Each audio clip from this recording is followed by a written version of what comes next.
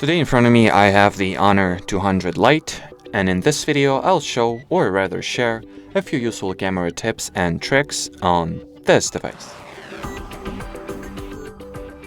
Let's begin this video by exploring available camera modes, of which there are plenty. So if you'll go into the More section, you'll find the Camera Pro mode, which allows you to manually adjust such camera parameters as the ISO value. Give me a sec here. Put this knife into frame so it will be more obvious what those properties are responsible for. You can also change the camera shutter speed, or rather set it manually. The same goes for the exposure, autofocus, and white balance. Long story short, if you would like to get more manual control over the pictures you shoot, this Camera Pro mode is a way to go. Then moving on, another interesting mode that you might have missed is Super Macro, and this mode's name is pretty self-explanatory. It allows you to take optimal macro pictures. As you can see, it says that the optimal shooting distance is about 4 centimeters. So let's take a macro picture of this little logo here. And that's what it will look like, roughly, of course. Moving on, the next camera photo mode that I wanted to show in this video is called High Res, and it's once again a pretty self-explanatory name. It takes picture in the higher resolution using the lens that has more megapixels. And as you could have read from its description, it also saves more details. Or should I rather say, the photos that you capture in the high-res mode retain more details.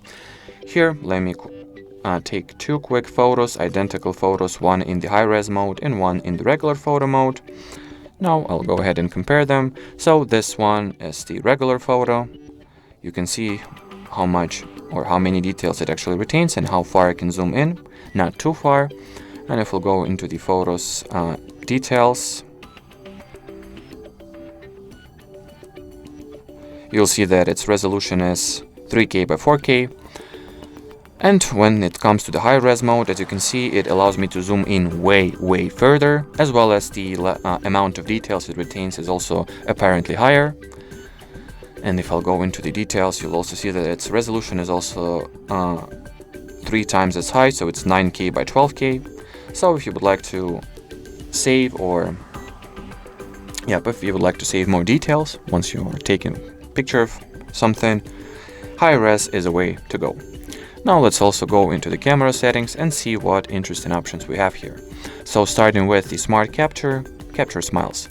So this feature, once enabled, it will automatically take photos once it detects people, or should I rather say smiling people, inside the frame or inside the viewfinder.